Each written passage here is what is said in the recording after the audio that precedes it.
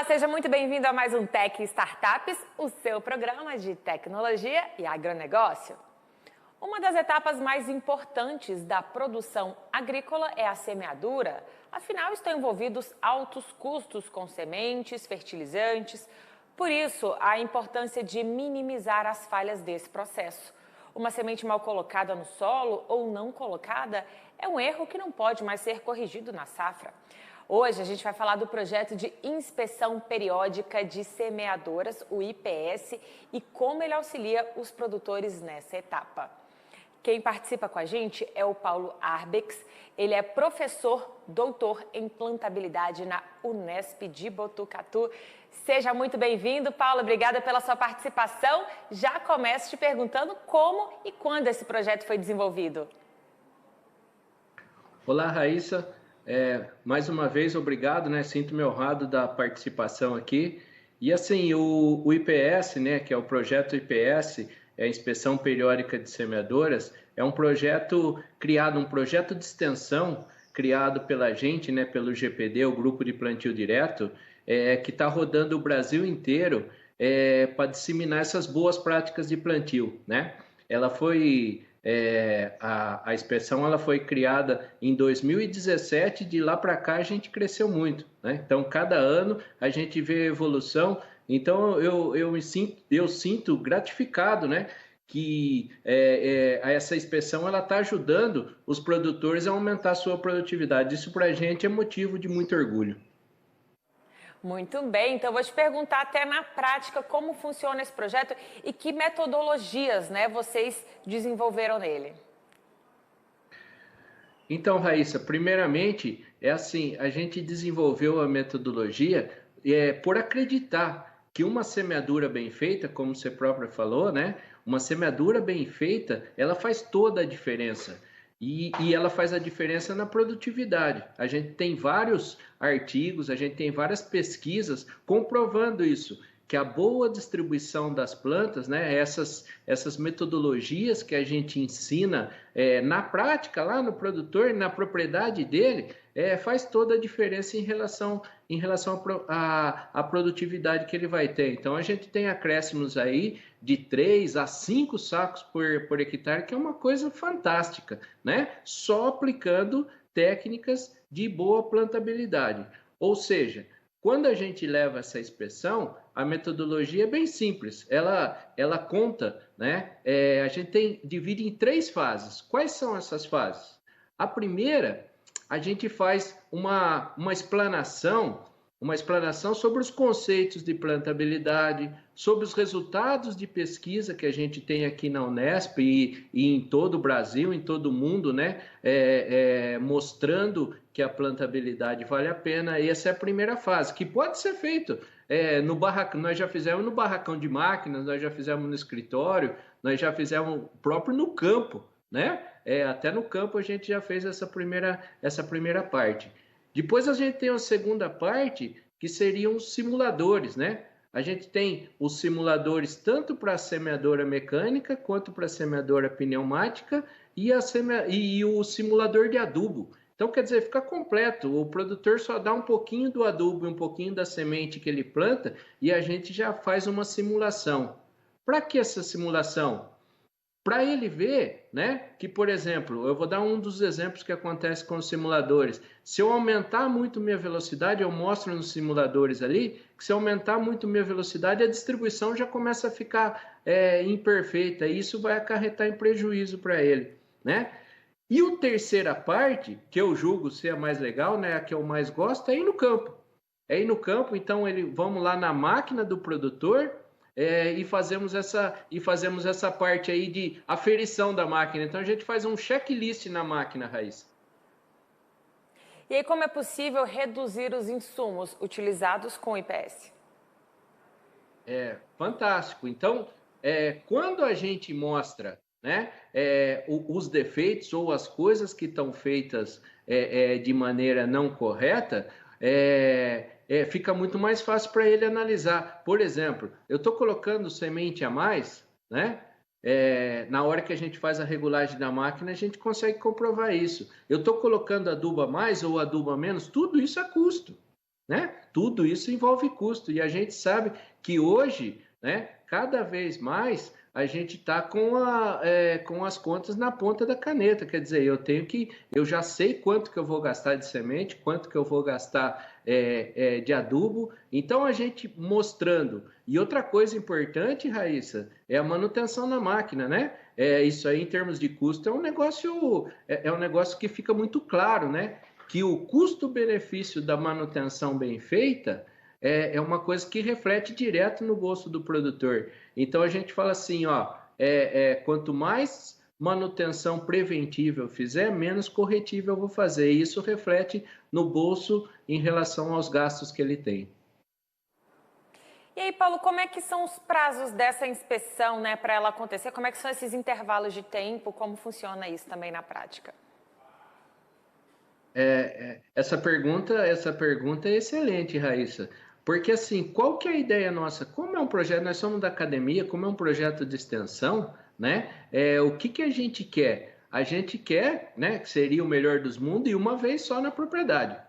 Tá? Então, o produtor vai lá e chama a gente, contrata a gente. A minha ideia é uma vez só. Só que, na verdade, não é isso que está acontecendo. O pessoal gosta tanto do curso que está chamando a gente todo ano. Então, vai lá e tem essa melhoria contínua, que faz parte também, né?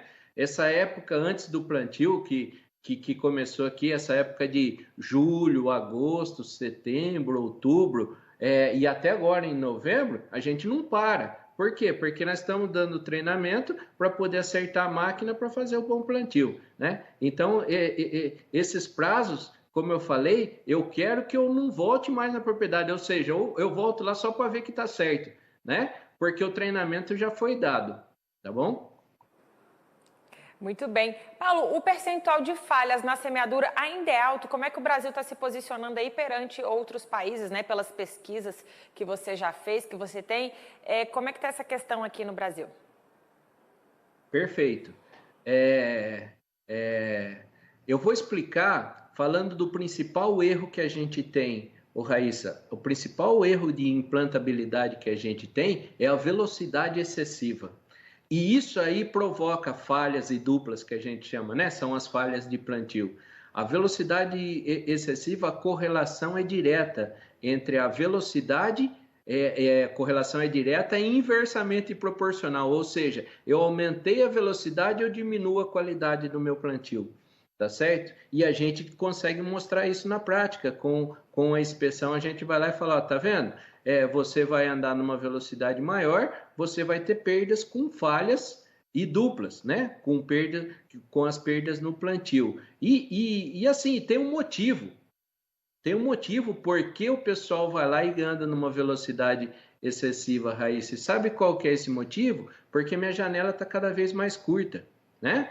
Por causa da janela curta, eu vou lá eu não aumento o meu parque de máquinas, né? Então eu tenho a mesma semeadora para plantar mais área numa janela mais curta. Qual que é a primeira coisa que eu mexo é na velocidade de plantio. Isso aí acarreta em muitas falhas.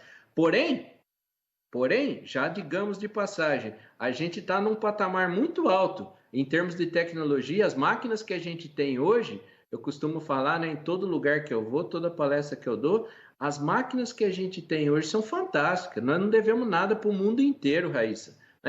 O brasileiro tem mania, às vezes, de achar que as coisas aqui no Brasil são mais ou menos ou não são tão bom quanto lá fora. Em termos de maquinário, em termos de capacitação de produtor, a gente está um passo na frente.